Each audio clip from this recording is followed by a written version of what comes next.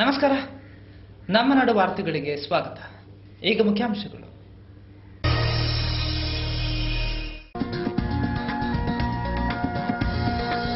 ಶುರುವಾಗಿದೆ ದ್ವಿತೀಯ ಪಿಯುಸಿ ಪರೀಕ್ಷೆ. ಜಿಲ್ಲೆಯ 47 ಕೇಂದ್ರಗಳಲ್ಲಿ ಪರೀಕ್ಷೆ ಶುರು. ಒಟ್ಟು 29,455 ವಿದ್ಯಾರ್ಥಿಗಳ ಭವಿಷ್ಯ ನಿರ್ಧಾರ. ಪರೀಕ್ಷೆ ಅಕ್ರಮ ತಡೆಯಲು ಜಾಗೃತ ದಳ ರಚನೆ.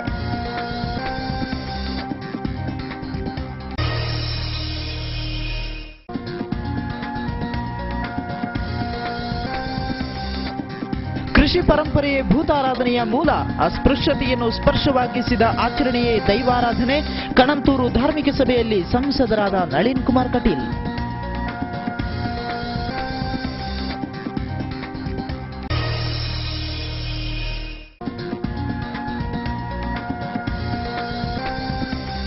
ಆಳೆತ್ತರದ ಅಣಿ ದಕ್ಷಿಣ ಕನ್ನಡ ಜಿಲ್ಲೆಯಲ್ಲಾದರೆ ಕೋಳೆತ್ತರದ ಪೂಮುಡಿ. ಬಲ್ಲಂಗುಡೇಲು ವಯನಾಡ್ ಬಬ್ಬರಿಯ ದೈವದ ಕೇರಳ ವಿಶೇಷ.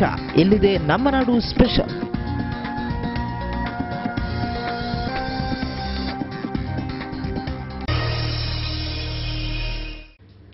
ವಾರ್ತೆಗಳ ವಿವರ.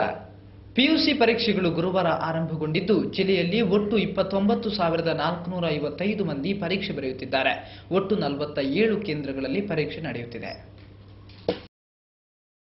ಈ ಸಾಲಿನ ದ್ವಿತೀಯ ಪಿಯುಸಿ ಪರೀಕ್ಷೆ ಗುರುವಾರದಿಂದ ಆರಂಭಗೊಂಡಿದೆ. ದಕ್ಷಿಣ ಕನ್ನಡ ಜಿಲ್ಲೆಯಲ್ಲಿ ಒಟ್ಟು 47 ಪರೀಕ್ಷಾ ಕೇಂದ್ರಗಳನ್ನು ಇದಕ್ಕಾಗಿ ಸ್ಥಾಪಿಸಲಾಗಿದೆ. ಹೊಸದಾಗಿ ಪರೀಕ್ಷೆ ಬರೆಯುತ್ತಿರುವವರು ಹಾಗೂ ಪುನರಾವರ್ತನೆ ವಿದ್ಯಾರ್ಥಿಗಳ ಸಂಖ್ಯೆಯ ನಿಖರ ಮಾಹಿತಿ ಈ ಬಾರಿ ಪದವಿ ಪೂರ್ವ ಶಿಕ್ಷಣ ಮಂಡಳಿಯಿಂದಲೇ ಬಿಡುಗಡೆಯಾಗಿಲ್ಲ. ಆದಾಗ್ಯೂ ದಕ್ಷಿಣ ಕನ್ನಡ ಜಿಲ್ಲೆಯಲ್ಲಿ ಅಂದಾಜು 29,000 ವಿದ್ಯಾರ್ಥಿಗಳು ಹೊಸದಾಗಿ ಪರೀಕ್ಷೆಗೆ ಹಾಜರಾಗುತ್ತಿದ್ದಾರೆ. ಪರೀಕ್ಷೆಗಳನ್ನು ಸುಸೂತ್ರವಾಗಿ ನಕಲು ಇಲ್ಲದೆ ನಡೆಸುವಂತಾಗಲು ಜಿಲ್ಲಾ ಮಟ್ಟದಲ್ಲಿ 1, ಮಂಗಳೂರು ತಾಲೂಕಿಗೆ 2, ಬಂಟ್ವಾಳಕ್ಕೆ 1, ಪುತ್ತೂರು ಸುಳ್ಯ ಸೇರಿ 1 ಹಾಗೂ ಬೆಳ್ತಂಗಡಿ, ಮೂಡಬಿದ್ರೆ ಶೈಕ್ಷಣಿಕ ತಾಲೂಕುಗಳಿಗೆ ತಲಾ 1 ಜಾಗೃತ ದಳ ರಚಿಸಲಾಗಿದೆ. ಇದರೊಂದಿಗೆ ವಿವಿಧ ತಾಲೂಕುಗಳಿಗೆ ನೋಡಲ್ ಅಧಿಕಾರಿಗಳನ್ನು ಕೂಡ ನೇಮಿಸಲಾಗಿದೆ.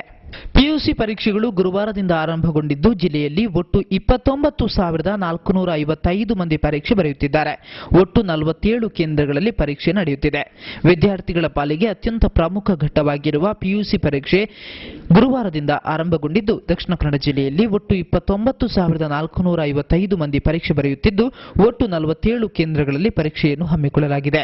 ಪರೀಕ್ಷಾ ಕೇಂದ್ರದ 200 ಮೀಟರ್ ದೂರದಲ್ಲಿ ನಿಷೇಧಾಜ್ಞೆ ಜಾರಿಗೊಳಿಸಲಾಗಿದೆ. ಪರೀಕ್ಷೆಯಲ್ಲಿ ಅಕ್ರಮ ತಡೆಯಲು ಜಾಗೃತ ದಳಗಳನ್ನು ರಚಿಸಲಾಗಿದೆ. ಜಿಲ್ಲೆಯ ಮಂಗಳೂರು, ಪುತ್ತೂರು, ಬಂಟ್ವಾಳ, ಬೆಳ್ತಂಗಡಿ ಮತ್ತು ಸುಳ್ಯ ತಾಲೂಕಿನ 47 ಕೇಂದ್ರಗಳಲ್ಲಿ ಪರೀಕ್ಷೆ ನಡೆಯುತ್ತಿದೆ. ಈ ಬಾರಿ ಹೆಚ್ಚುವರಿಯಾಗಿ ಮಂಗಳೂರಿನ ಪದುವಾ ಕಾಲೇಜು ಮತ್ತು ಬಂಟ್ವಾಳ ತಾಲೂಕಿನ ಕಲ್ಲಡ್ಕದ ಶ್ರೀರಾಮ ವಿದ್ಯಾ ಕೇಂದ್ರಕ್ಕೂ ಪರೀಕ್ಷಾ ಕೇಂದ್ರ ಒದಗಿಸಲಾಗಿದೆ. ಕಳೆದ ವರ್ಷಕ್ಕೆ ಹೋಲಿಸಿದರೆ ಪರೀಕ್ಷಾ ಪದ್ಧತಿಯಲ್ಲಿ ಈ ವರ್ಷ ಹೆಚ್ಚಿನ ಬದಲಾವಣೆ ಏನು ಮಾಡಿಲ್ಲ. ಪ್ರತಿ ವರ್ಷ ಪರೀಕ್ಷಾರ್ಥಿಗಳ ಸಂಖ್ಯೆ ಹೆಚ್ಚುತ್ತಿರುವುದರಿಂದ ಅದರಲ್ಲೂ ಕೆಲ ವಿಷಯಗಳಿಗೆ ಹೆಚ್ಚಿನ ಅಭ್ಯರ್ಥಿಗಳು ಹಾಜರಾಗುವುದರಿಂದ ಹೆಚ್ಚಿನ ಸ್ಥಳಾವಕಾಶ ಬೇಕಾಗುತ್ತದೆ.